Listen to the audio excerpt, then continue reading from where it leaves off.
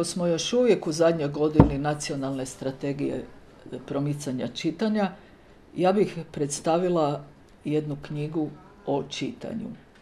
Zove se Čitateljsko oko. Kad sam počela pisati, rekla sam sama sebi da nikad neću pisati poeziju i da nikad neću pisati osvrte za knjige. Već u prvom romanu Lastin rep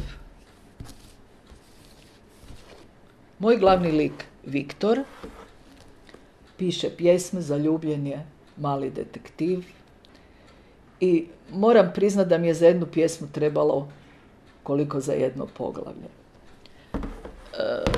Ni u nastavku romana Repaline Lastin nisam Viktoru oduzela draž da on svoje osjećaje prenosi na papir pjesmom. Tako da i u ovom romanu Viktor piše pjesme. Opet sam se namučila s jednom pjesmom kao sa cijelim poglavljem.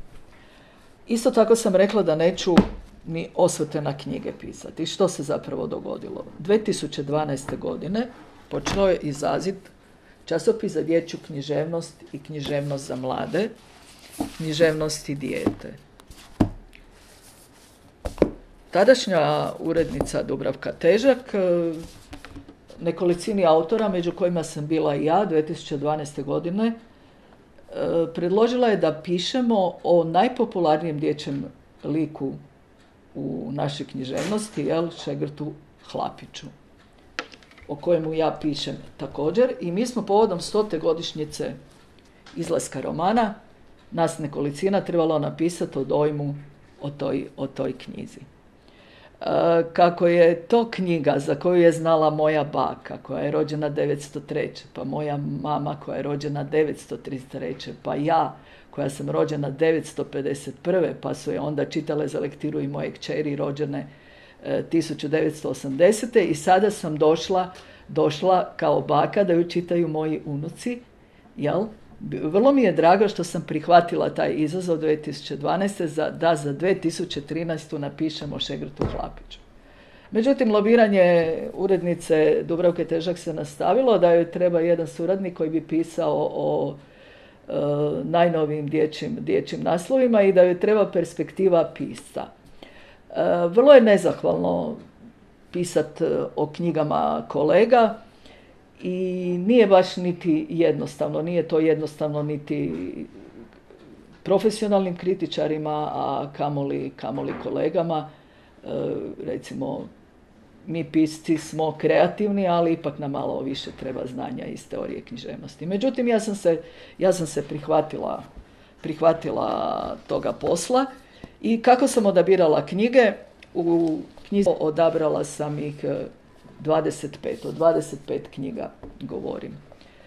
Birala sam temu koju sam mogla smjestiti od trenutni, recimo, društveno-psihološki moment. Znači,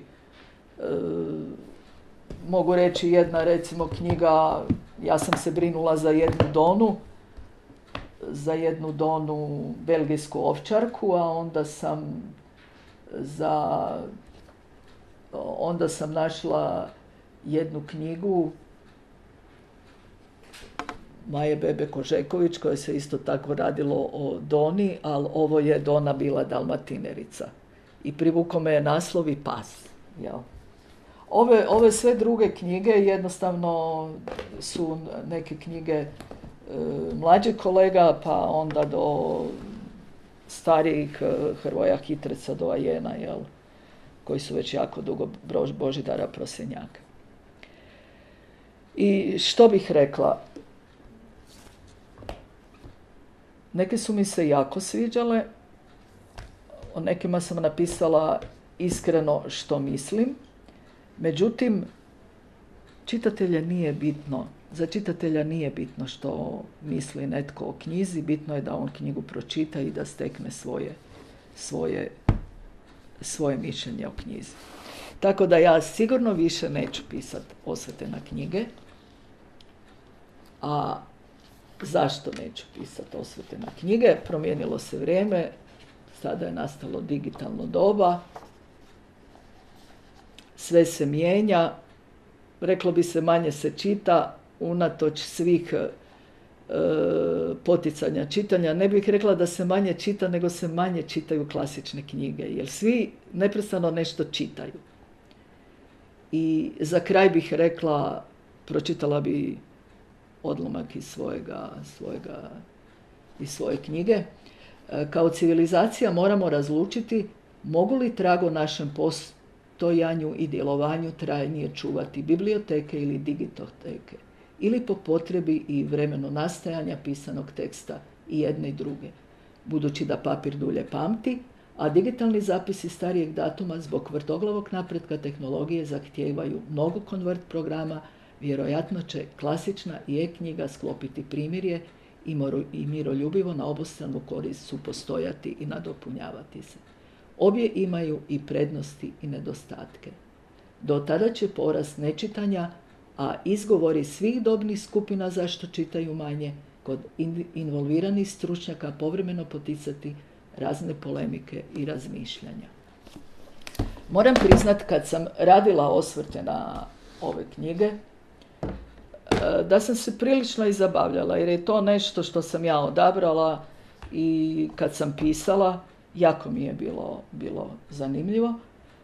Međutim, onog trenutka kad sam počela razmišljati što i kako pisati i kad mi se dogodila autocenzura, onda sam odlučila da to više nije dobro pisati. Na kraju krajeva, kad imate autocenzuru u glavi, nije dobro ništa pisati, a kamoli osvrte na tuđe knjige.